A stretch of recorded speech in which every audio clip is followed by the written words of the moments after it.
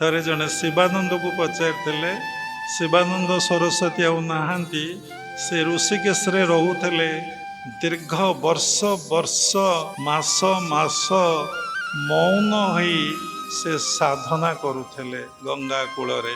ଏବଂ ଦିନେ ସେ ଭିକ୍ଷା କରି ଯାଉଥିଲେ, ଅନେକ ରୁଟି ମାଗି ଆଣୁଥିଲେ। 6 ଦିନ 7 ଦିନ ପର୍ଯ୍ୟନ୍ତ ସେ ରୁଟିକି ରଖି ଦେଉଥିଲେ ଏବଂ ସେ ରୁଟିକି କ'ଣ କରୁଥିଲେ, ଗଙ୍ଗା ଜଳରେ ବୁଡ଼େଇ ଖାଇକି ସାଧନାରେ ବସୁଥିଲେ।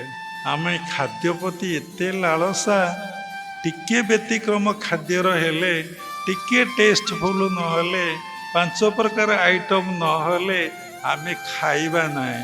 ଆମେ ରାଜସିକ ନା ସାତ୍ତ୍ୱିକ ନା ତାମସିକ। ସେ ପୁଣି ଜଣେ ଡକ୍ଟର, ସେ ପୁଣି ଶୁଖିଲା ରୁଟିକି 7 ଦିନ ପର୍ଯ୍ୟନ୍ତ ଖାଇକି ଜୀବନ ନିର୍ବାହ କରି ଧ୍ୟାନ କରୁଥିଲେ।